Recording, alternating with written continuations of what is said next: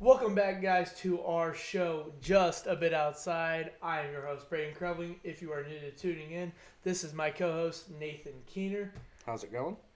We talk about college football, NFL. We predict all the NFL games of next week while reviewing some of the games of the week last week, talking about our lines that are locks for our bettors who like to view our show with fantasy players that you should watch, and we end the show off with our bowl prediction of the week.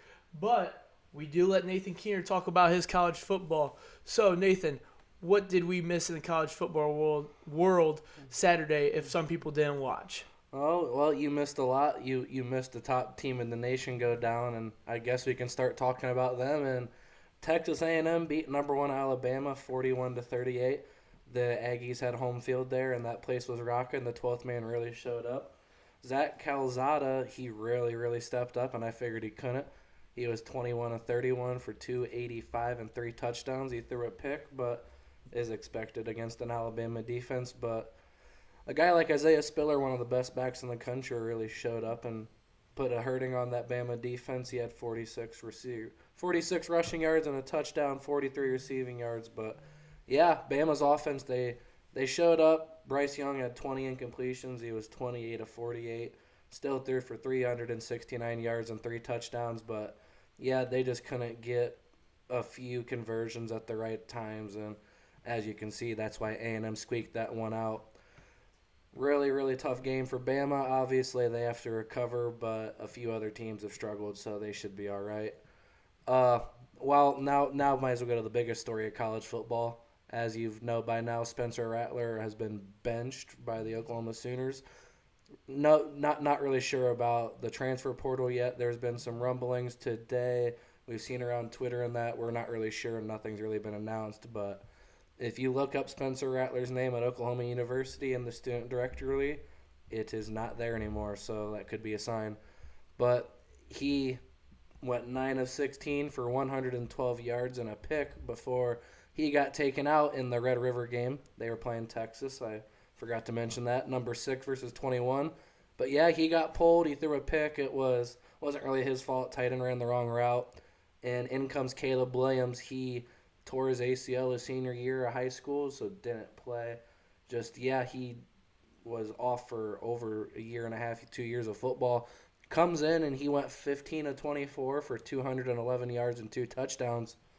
But it's really the threat of his rushing ability that changed that offense. He had 4 carries for 88 yards and a touchdown, which that was 66 yards.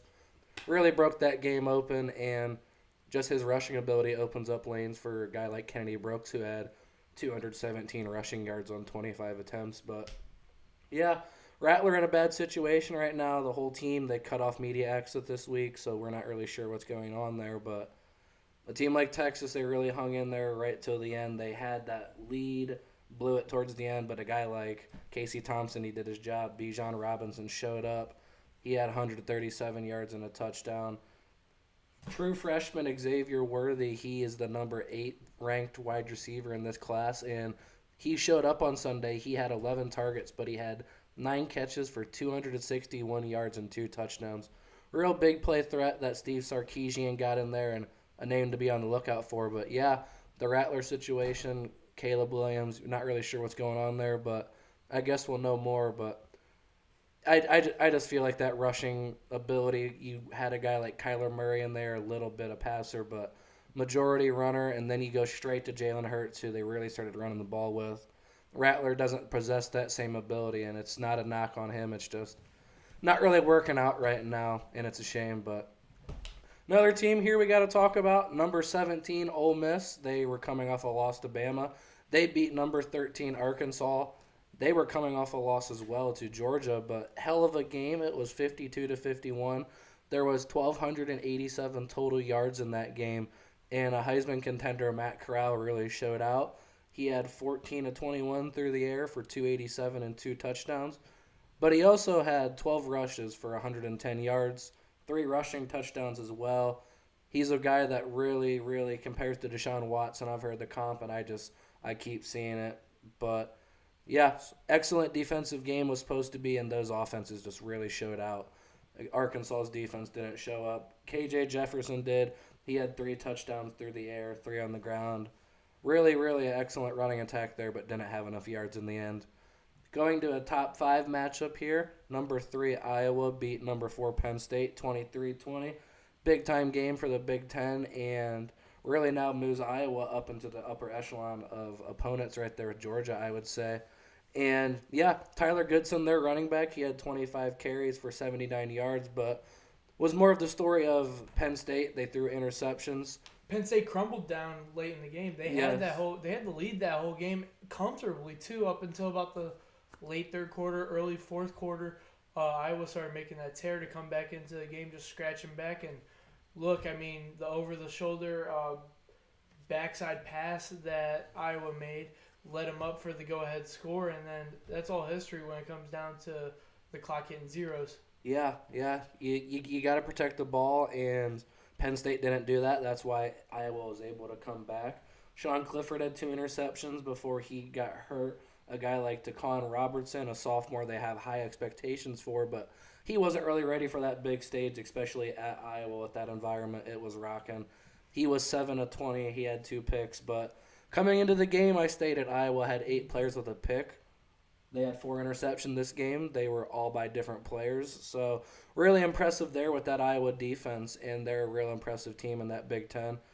They don't play Ohio State, so those two can meet possibly in the Big Ten title, which I really hope because that'll be an amazing football game. Another game here, we got number 16. They beat LSU 42-21, and Ed Orgeron's seat is getting really, really hot in my opinion. I said it was at the about 4 weeks ago, and it just keeps getting hotter and hotter. They weren't able to stop the run now as a team like Kentucky of all teams ran right down their throat. Chris Rodriguez, he had 16 carries for 147. Kozwoiski Smoke, another wild name, he had 12 carries for 104 yards, and their quarterback Will Levis, he even had 11 carries for 75 yards and 2 touchdowns. So LSU got ran down their throat, and that's usually not what they're about as at LSU or just at SEC conference. So Eddie really, he's got to be looking out because his job might be in serious danger and he might not be there much longer. But yep, that's week 6, just covering some main games there. Big things happened, and big things are going to happen in this exciting college football season. As we go into the week 7 preview, we got that Kentucky team we just talked about. They traveled to number 1 Georgia, and they just got that fresh ranking after the Tide went down. These are both good running teams, and these are both good rushing defenses. So we're going to see which one bends and breaks there, but if I'm going to go with it, I'm going to go with Georgia winning the game. That defense has been tough and nasty all year. They've proven it. And, yeah, they got that home field advantage, which in college is key. Another team that has home field advantage, especially with all of this stuff that's going on, TCU goes to number 4 Oklahoma, and if Caleb Williams is the guy, he has to step up and show he can lead this team. He really has to. This is his game right now. To go away from a guy like Rattler, whether he's there on the campus or not, whether they go dual systems or not, which we've heard talked about if he stays, one of them has to step up. Yeah. And they both possess opposite threats. One's a rusher, as we talked about. One's a passer. But I really don't like the dual quarterback stick with the guy and go. TCU, though, they have the 49th ranked offense. They really aren't a passing team, but they are a running team. 29th in the run. Zach Evans is a really, really strong running back in the upper echelon of running backs for next year's draft class of 2023. Him and Max Dugan got to show up to have any hope of playing the Sooners. But, yep, interesting game. We don't know what's going to happen there with the quarterback, so tune in Saturday for sure because I'm as interested as anyone. Sticking there in the Big 12, we have Oklahoma State. They go to number 25 Texas, and they have a really, really strong D. They are 51st in the nation and 32nd against the run. So Texas and Bijan Robinson are really going to be tested there. They have to step up and really take control after a loss to Oklahoma that they should have won, in all honesty, of that game. Another game we got here, going to the SEC for these final 2, we got Auburn at number 17 Arkansas. Bo Nix and Tank Bigsby, they really got to step up because that Arkansas lineup, they can really put up points as we saw with KJ Jefferson and Treylon Burks, who's a physical menace out there at wide receiver. They really got to step up for that SEC race there. As does Ole Miss. They travel to Tennessee. Ole Miss has the fifth-ranked offense in the nation, 13th rushing. And Tennessee, they got a strong rushing defense as well, ranked 64th, and just the 17th ranked rushing offense overall for them. So really a game of running there. Lane Kiffin, as many points as they put up, they are a rushing team, just like a guy like Lincoln Riley is in Oklahoma. So yeah, two high-powered offenses there in Knoxville, and we will see who wins that SEC battle. But that's it for Week 7. Now, Nathan, There's some other good games, obviously, but those are some 5 that I'm looking out for. yeah, so obviously the AP Top 25 poll shook up a little bit after Alabama, previously being ranked number 1, drops to number 5, and Penn State, with the first loss of their season, drops from 4 to 7 with a win or with a loss of Iowa. So now you have the top 5 being Georgia at 1, Iowa 2, Cincinnati 3, Oklahoma 4, Alabama 5, with Ohio State knocking on the door at 6, Penn State 7, Michigan 8, Oregon 9, and Michigan State 10. What would you say, because obviously we live in the Ohio State fan community, what would you say to Ohio State fans that ask Alabama, who is ranked number 1, got their first loss to a 2-loss Texas A&M team that were looking for their just 4th win of the season going into this week, when Ohio State, that was ranked 3rd and lost to Oregon, who was a ranked opponent, and they're still not ranked over Alabama, and Ohio State's ranked 6th while Alabama is ranked 5, as Alabama loses to a 2-loss team. What would you say to Ohio State fans that are asking, like, why isn't our team ranked higher? You can make that argument there, but it's more about recency bias. Whether Alabama lost that game or not, it was really, really close. That Ohio State game, there was really some separation there. The whole game, as Oregon stepped up and won that handily, it was also at Ohio Stadium. Alabama went to A&M, and the college atmospheres, they provide a lot of energy for them crowds, whether they are a lower-ranked team or not. I saw to start the year on the Thursday night, opening night of college football, North Carolina, they went into Virginia Tech, and they were the higher-ranked team, big expectations, and the crowd was rocking at Virginia Tech. They gave that team a lot of juice. A&M is clearly rocking. They are the 12th man for a reason. I would say that has a little bit to go into it. Jimbo Fisher's a really, really big name, and the A&M team has talent everywhere but the quarterback position. Haynes King was supposed to be their starter at the start of the year. We have talked about this before, highly ranked recruit, little Johnny in him. Calzada's not really this big-time recruit, big-time player, but he stepped up and beat them. But overall, they have a solid team around them. They have a solid front 4 on that defensive line, solid front 5 on that offensive line. They are a team built for that SEC, and Jimbo's done his job while being there for sure. Now going to our NFL schedule. Last week we had some pretty good games. We had the Packers and the Bengals, which was a game that went into overtime, and Packers ended up taking care of it despite all the missed field goals. Do you want to talk about that at all? Absolutely, and missed field goals is something we're going to talk about, but wow, Mason Crosby missed three field goals, 1 extra point. Evan McPherson for the Bengals, he missed both of his field goal attempts, and it's just this game could have been far from over before then, but credit to Aaron Rodgers. He kept driving him down the field time and time again. He was 27 of 39 for 2 TDs and a pick. He really did his job. So did Aaron Jones. He had 14 carries for 103 yards. Also 4 catches for 6 yards. So dual threat there. Devontae Adams, the best receiver in football, stepped up as he always does. He had 16 targets, 11 catches for 206 yards, and, of course, a touchdown.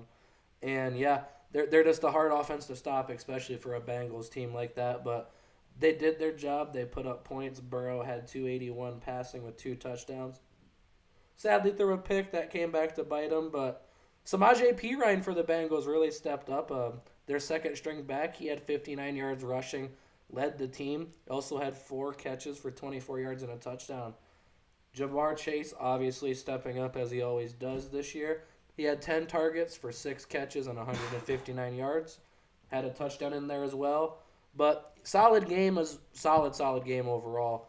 25-23, that field goal there that won it. But could have been over way sooner than it should have. Yeah, should have been over way sooner. Jamar Chase making his case to be Rookie Offensive Player of the Year. I think he's leading that race by a long shot right now, obviously. Has to be. And with a guy like T. Higgins, he was out for 2 weeks or so there. Jamar really elevated into that number one receiving role, and credit to him, he's stepped up. He's getting the targets, he's getting the volume, and he's producing.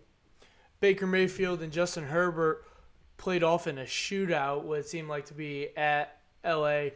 Chargers hosted the Browns while they beat the Browns 47-42 in a nail-biter of a game. Justin Herbert finished with 398 yards. Just take us in on that game and how offensively stacked that game was.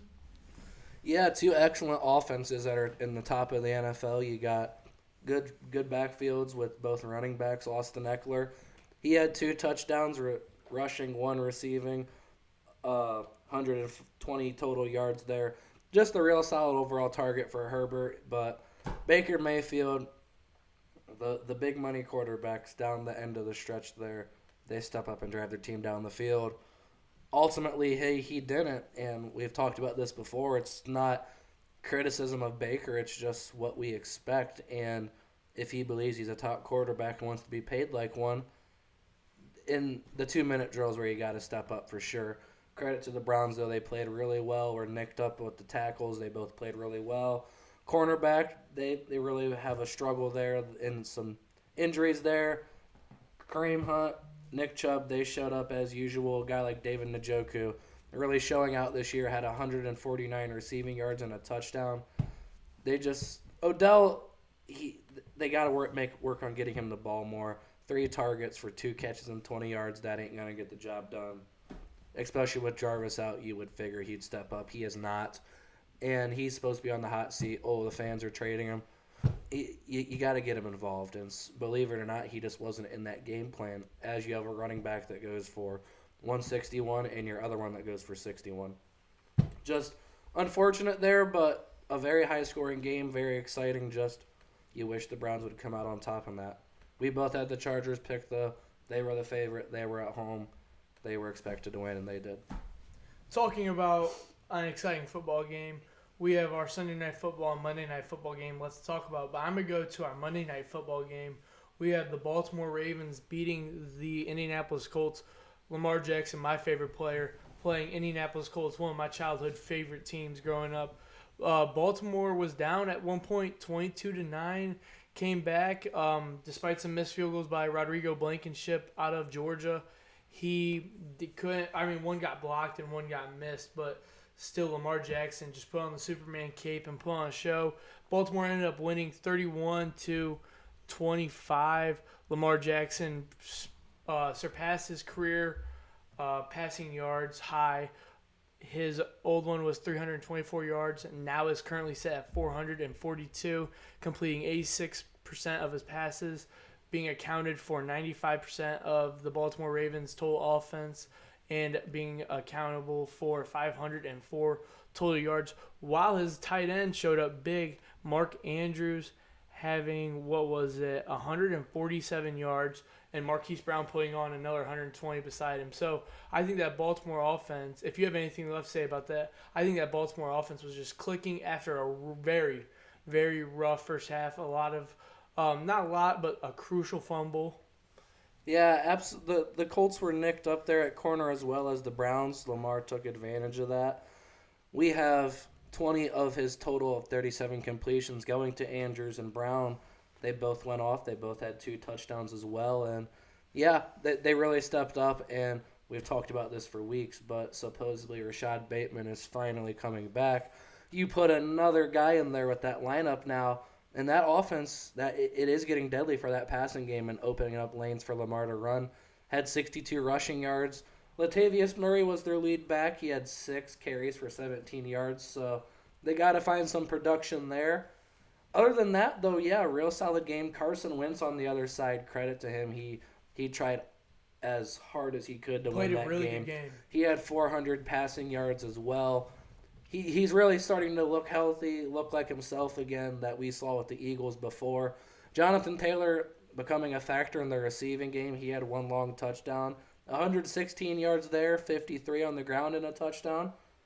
Their stars are playing good. Darius Leonard, he had 7 tackles, 6 assists, but Rodrigo, he had an injury coming into that, nicked up a little bit. Their kicker, he missed 2 field goals and an extra point. Those points there really come down when that game goes into overtime. The Colts should have won that. They didn't. Credit to the Ravens though. They have to win them games. The Colts did not. And we go Sunday Night Football. Bills at Chiefs, the rematch of the AFC Conference. The Chiefs have won the last 2 matchups these teams have faced last season in the regular season and the playoffs. And the story was told different. Buffalo Bills were a 3-point underdog going into this game and ended up handling business, beating them by 18. We have a total score of 38-20. Josh Allen leads the way with 315 yards. Patrick Mahomes was actually the rushing leader of this game with 61 yards. And Dawson Knox, the unheard fantasy tight end that everyone doesn't know whether 1 week to drop him, 1 week to pick him up and start him. He has came along and received 117 yards. We both thought Stephon Diggs was going to come up big this game, but he kind of phantomed out. Talk with us. Yeah, Diggs only had 5 targets there. He had 2 catches for 69 yards. Once it got a bit rainy there, the game turned to running. Allen, he was the second leading rusher in the game at 59 yards. He also had a touchdown, but man, Mahomes had 2 picks, and he keeps turning the ball over this year, whether it's just getting pressure or not. He's got to stop doing that because he never has. He already has his career high in picks now. McCole Hardman really, really stepped up. He had 12 targets, 9 catches for 76 yards. And with a guy like Josh Gordon coming in there, he got pressure on him to be that number 2 receiver that Hardman is. He stepped up, did his job. Kelsey was Kelsey. He had 6 catches, 57 yards, and a touchdown. He did his job. They had 10 players with the catch. They spread the wealth around, but credit to the Bills. They came out. You could tell they wanted this game after last year. At Arrowhead on the primetime stage, they let the NFL world know the AFC is not just going to be a hand-me-down to the Chiefs. It's not at all. I would almost say that the Bills are the favorites coming out of the AFC, and I wouldn't say the Chiefs are the second favorites coming out of the AFC right now. No, yeah, I've had the Bills as the favorite all year. I think they are. That offense is excellent. That defense is excellent in that back end. They got some young pass rushers that are showing up from the draft, and Gregory Rosario and Boogie Basham there. They're really showing up and putting pressure, and that defense is coming together as a whole, like we saw before when they made their Super Bowl or AFC championship runs. But yeah, I clearly think they are the favorite, and they showed why, winning by 18 points at Arrowhead. They put a statement on. Now going into our next subject, we're talking about the struggles of kicking. For you people who didn't watch the games on Sunday or Monday, our kickers in the NFL struggled, missing 13 extra points this week. Or no, 13. Was it field goals? It was 13 field goals that broke the record NFL for most field goals missed in a week. Yeah. And I think that's crazy how we talk about position kicking where that's all they do. So it's a lock of, get it to this yard line and they're just going to punch it through, whether it's for the game or if it's for 3 points going into halftime, or whether it's just you can't get 7 on this drive, let's throw our guy out and get 3. And there was also a couple missed extra points that would have been crucial. We talk about Rodrigo Blankenship's extra point. Yeah. That's a huge momentum. That takes a game from a 2-possession game that Baltimore barely had any breathing room, takes them into a 3-possession game that they would have never gotten to overtime with. So talk to us about these kicking struggles. Yeah, absolutely. When you have a top guy in the NFL like Crosby missed 3, that really goes into account for your 11 there. Rodrigo missed 2, as we said, so right there's 5. We accounted for half of them right there. So it is 2 guys, but it's been a problem all year, whether it's extra points, field goals, or whatever. There's been a few guys like Tyler Bass has showed out, Matt Gay, Greg Zuerlein. Like, the top guys have showed out, but the bottom guys are really struggling, and it's part of your job, and it's part of your job to go in the game, and every point matters. Every kick matters. It's part of your profession. So there's no excuses there that, the pressure's on me to make these kicks. You've known that. It's the same thing as an NFL quarterback. There's only 32 starting jobs. There's only one kicker. There's only one quarterback. Like, the kicker is a valuable position where a team like the Ravens, they ain't got to worry about it. And week after week, it's 3 points. Automatic. They cross that. 40-yard line, you can almost put 3 points on that board. And you And almost for every thought, team now, you can't do it. you almost thought that Green Bay was a lock. Mason Crosby went into the game in Cincinnati making 27 straight field goals consecutive, and now he's 27 out of his last 30, missing 3 straight, which has never been done in his career. So I don't know what's going on. The punting has been crazy good in the NFL. Yes, the punting has been crazy, and watching a guy like Pat McAfee endorse the punting, it really is a key aspect to flip the field and just get them out of your territory. People have 3 and outs. It happens.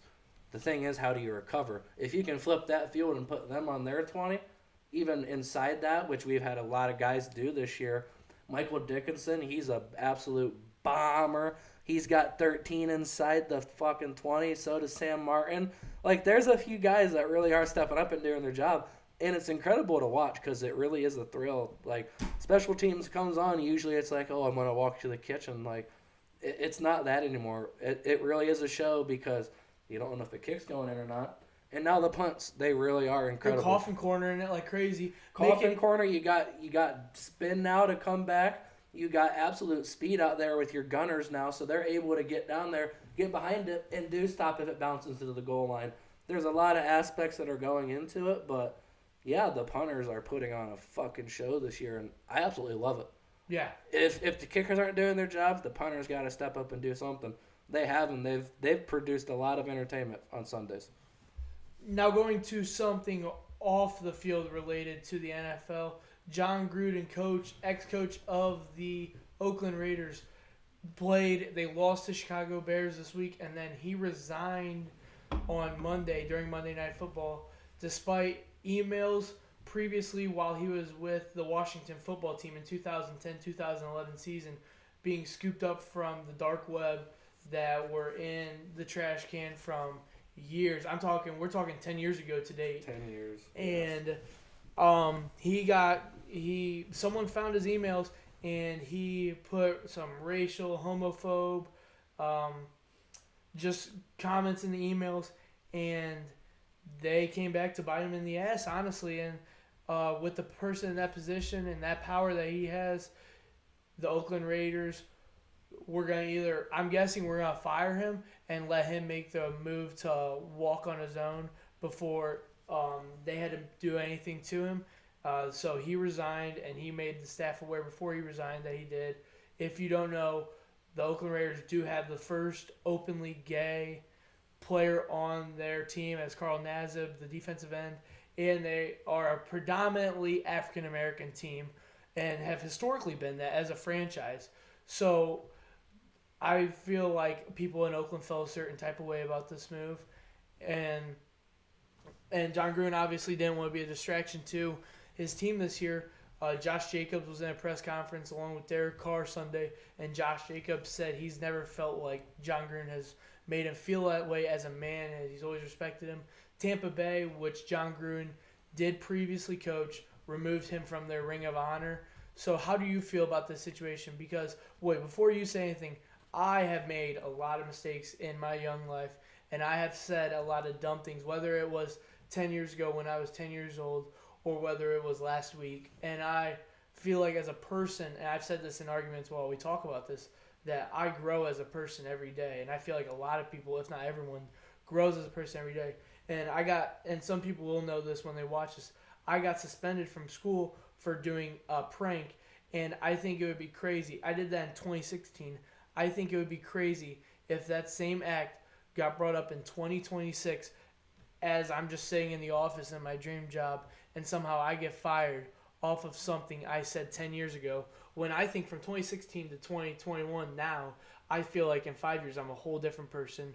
My maturity, and I've grown. I know John Gruden was an adult while this happened and is an adult now, and that might have something to do with it. But I still feel like I wouldn't say no matter what you did and what you say, but I think it's very hard to punish someone if it's not a big crime, to punish someone for something they said 10 years ago or something they wrote in an email when, people in 10 years, that's 3,650 days. Like, people grow over time.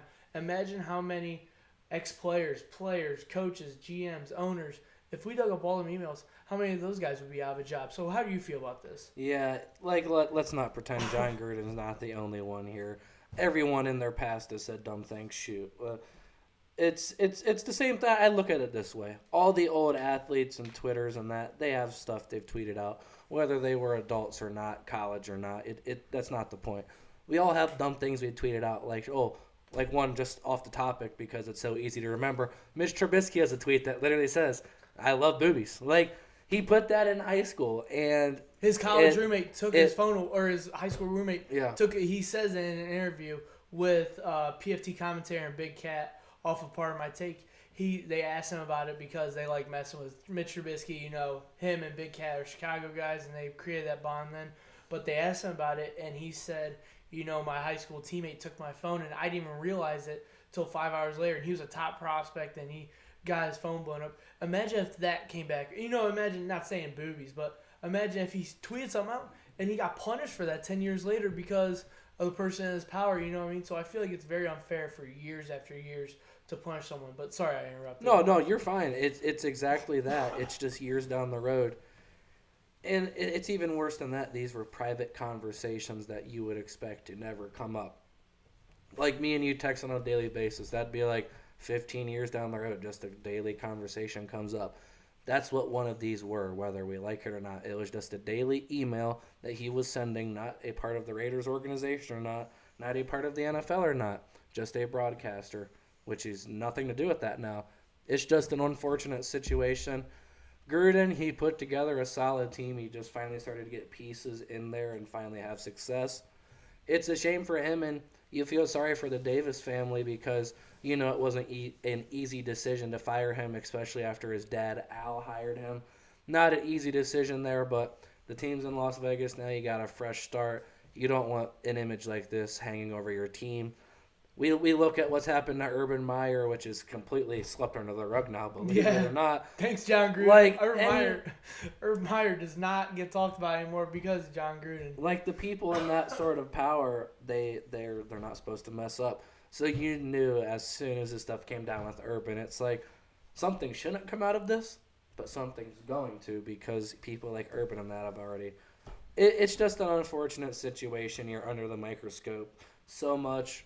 There's only so many NFL head coaches, 32. It's a privilege, and they just took that from him. It's a shame. I hope he gets a job broadcasting or something because I don't want to see John Gruden out of the football realm. I've always enjoyed his Gruden QB camps. I watched them every single year coming up. I love the college guys. They go into the NFL. I see how they like film study and that. You learn a lot from that. Gruden's a good offensive mind. I want him to stay in the sport of football. I don't want this to cause him to go away. He fucked up. He made a mistake.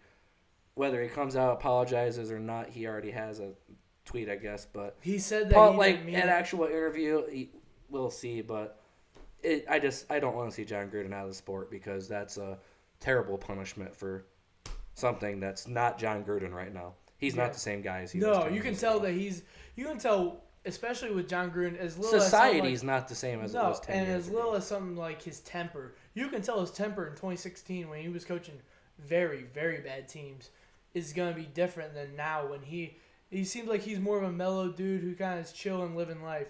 And I as much as cancel culture is a thing in this society, I feel like he's going to fall under that thing. I don't want him to. I agree with you that those QB camps that John Gruden did with college athletes going to the NFL were very, very helpful he's helping the kids personally. Yeah, and it gives us just a different insight. It's like the Mannings on Monday night. It gives us fans you love seeing a different perspective, different view, and like seeing how people watch the games. Everyone likes to learn. John Gruden teaches you. And it's just a shame. It really is. Even if it's like a year or two off, I hope that Gruden comes back into the game because I really feel people do make, like you said, people do make mistakes. People say dumb shit.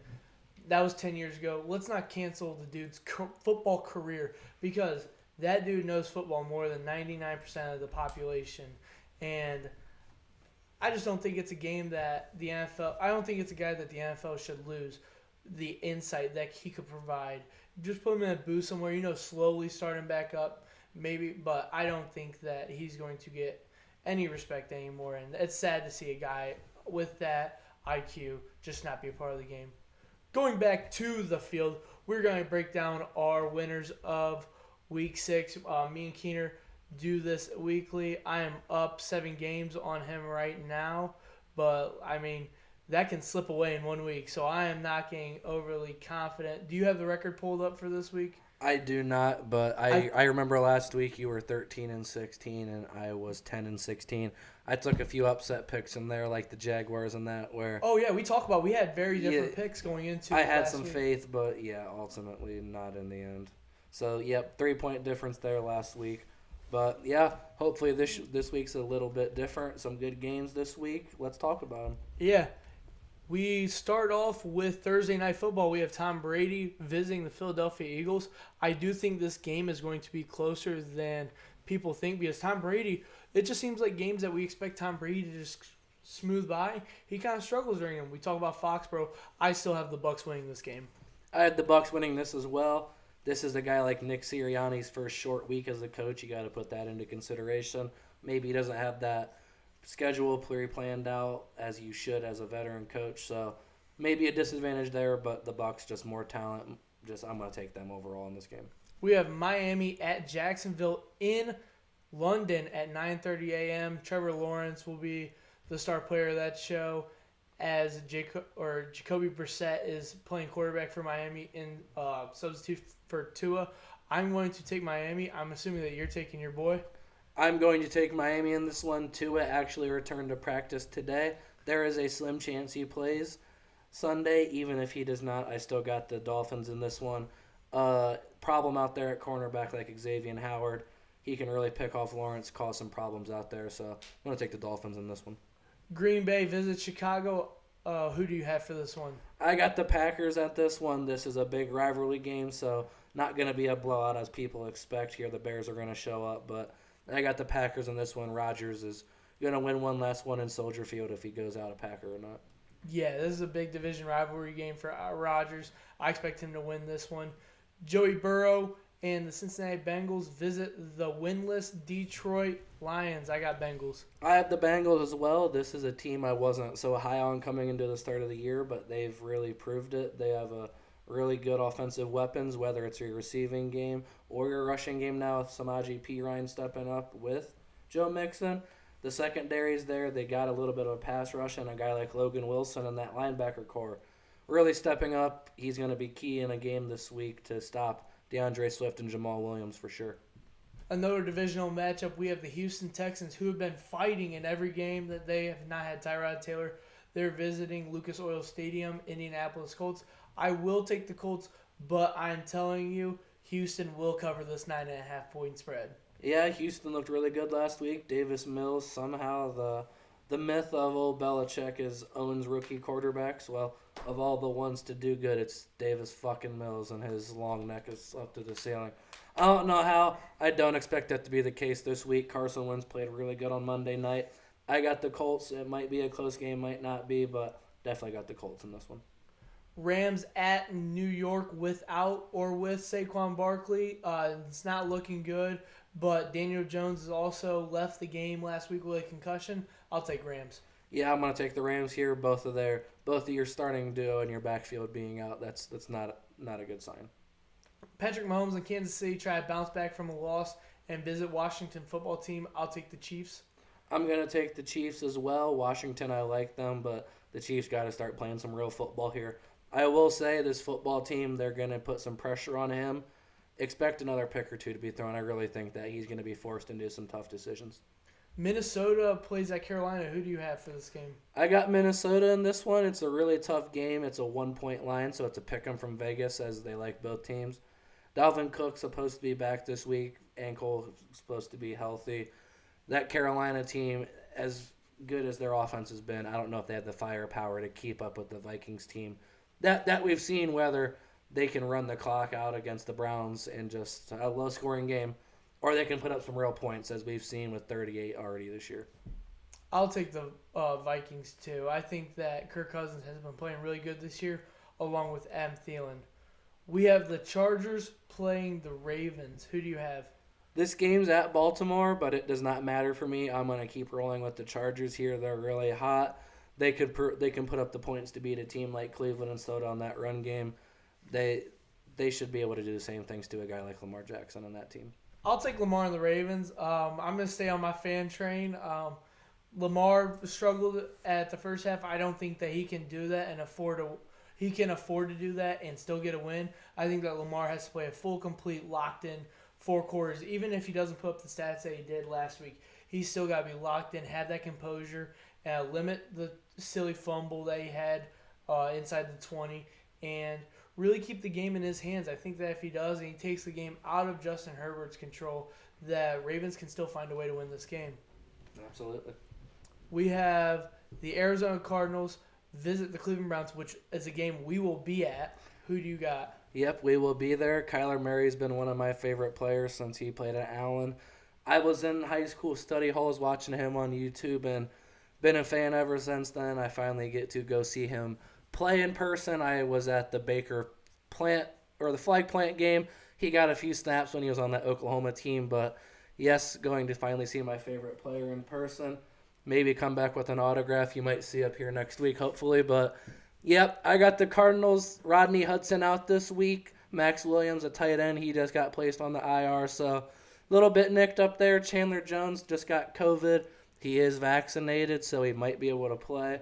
But the Browns are also nicked up. That secondary's nicked up. Them tackles are nicked up. The Cardinals can really provide some issues with their offense to that depleted secondary. I got the Cardinals in this one. I'll take the Browns, and I put in my notes just because I know Keener will choose the Cardinals. But I think the Browns are pissed off. I think Baker's pissed off. He's caught a lot, he's got caught a lot of criticism going into last week, and he balled out. But people are still saying that he's not going to be the quarterback for the Browns. Dude's fighting for a max deal, fighting for a hefty contract. I think he comes off pissed off, and he might win this one. Las Vegas Raiders without a head coach play at Denver. Who you got? I got Denver in this one for the exact reason you stated. Whether your guy comes in there or not, it's not the same play caller. It's just not the same voice. Just nothing's the same. I got Denver in this one.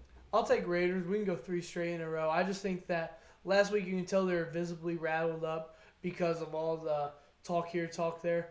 Maybe with Gruden out the building, that they kind of got their composure back on state. Maybe not. It's for me, or it's for them to decide. We got Dallas Cowboys, who have been playing red hot, are visiting Foxborough and Mac Jones at the Patriots. Who you got? I got the Cowboys in this one. This is the game I'll talk about later on, actually. But yes, I have the Cowboys in this one for a very valid reason. I have the Cowboys too, no doubt about it. We have to end Sunday Night Football. Seattle Seahawks without Russell Wilson is visiting Heinz Field in Pittsburgh. I'll take Pittsburgh. I'm going to take Pittsburgh with this as well. A defense like Pittsburgh is not the one you want to face as if you're Geno Smith coming to start with that pass rush with a line already struggling a little bit. And Pittsburgh can put up points. It's whether Big Ben's going to show up or not. The Seahawks pass rush has got to get him off kilter, get him out of the pocket. But, yeah, I got the Steelers in this one. And then to end it out, Monday Night Football, we have the number 1 team in the NFL, in my opinion, Buffalo Bills, visit Derrick Henry and the Titans. I will comfortably take the Bills in this one. I don't expect them slowing down anytime soon. Yeah, I'm going to take the Bills. They made that Kansas City secondary look bad. Now you go face a team like Tennessee. Yeah, there's going to be some issues there. Moving on to our lines that are locks. Me and Keenan do this every week. I went 1-1 last week with a push on the Packers game that I thought they should have won. I won the Cardinals. They were 5.5-point favorites against the 49ers, and they ended up winning by 7. So who do you think are the lines that are locks this week? And if you say one that's on my list of the 3, then I'll just agree with you on that. Yep, I got the first line I got here. I got that Thursday night game. I got the Tampa Bay. They are -7 at Philadelphia. I just feel like a touchdown is capable for Brady and that team. They can provide some real issues up front with that pass rush. The Eagles' line has not been solid all year. You got JPB and Shaq Barrett coming off them edges with David and Levante White, or Levante David and Devin White. Yeah, I said that right. Jeez. With them in the middle, they're going to stuff the box just provide some real problems. I got the Buccaneers in 7. Another game I got here, I got the Cardinals +3 at Cleveland. I know you like this line a lot, you did. I don't do know still. whether you like it or not. That's my lock But of the week. yeah, the Cardinals are a 3-point underdog here, whether this is a close game or not. I just feel like they can come out and win this game handily. So I think debatably, whoever wins this game, whether it's Cleveland or Cardinals, we're in for a show Sunday. Me and you going to the game, we're in for a show. The people of Cleveland, the people of Arizona are in for a show.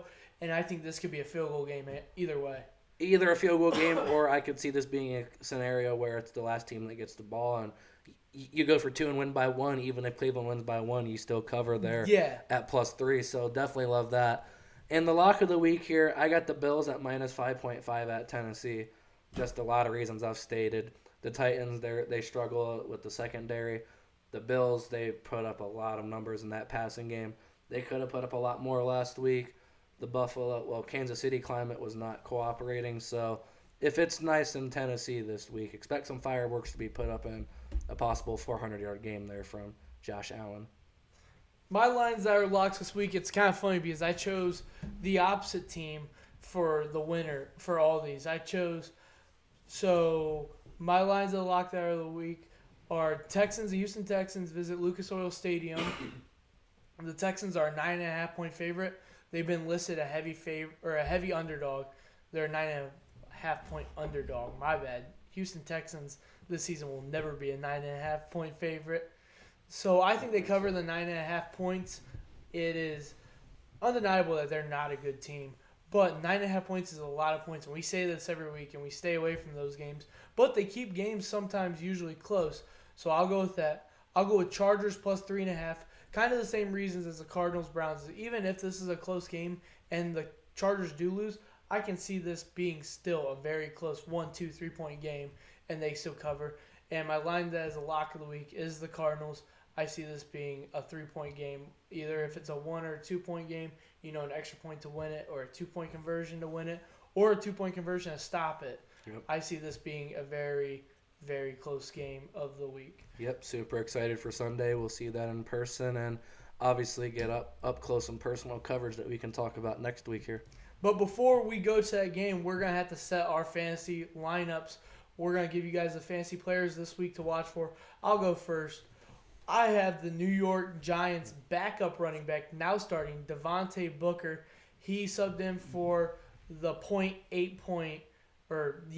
Saquon Barkley, who rolled his ankle and only scored 0.8 points last week.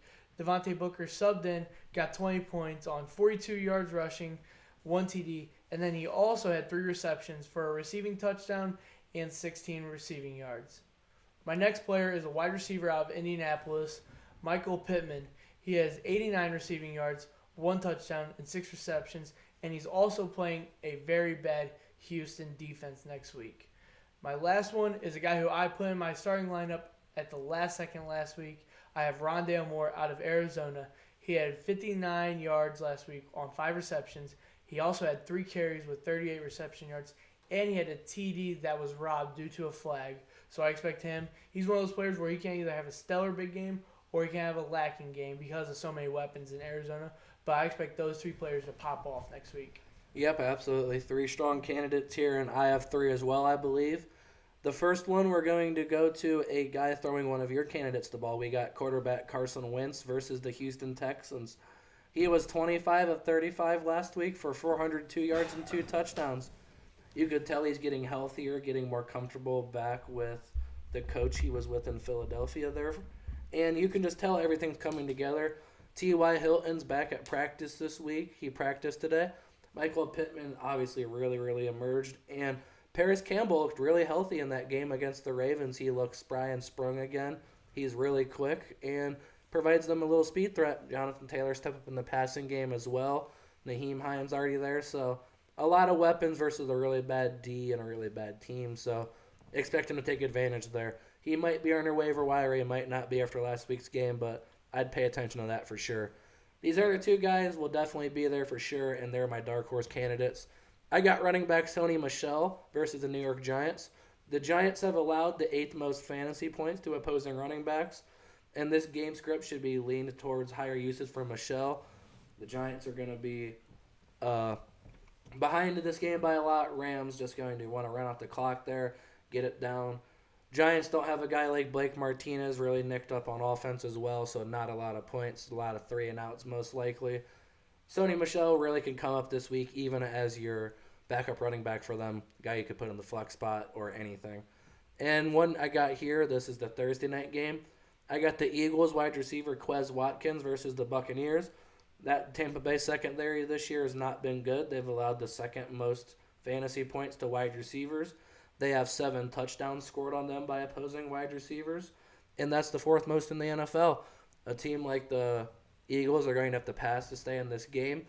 Watkins is your deep threat. They'll be focused on a guy like Devontae Smith for sure with Richard Sherman, but other than that, they got a lot of nicks, a lot of bruises back there.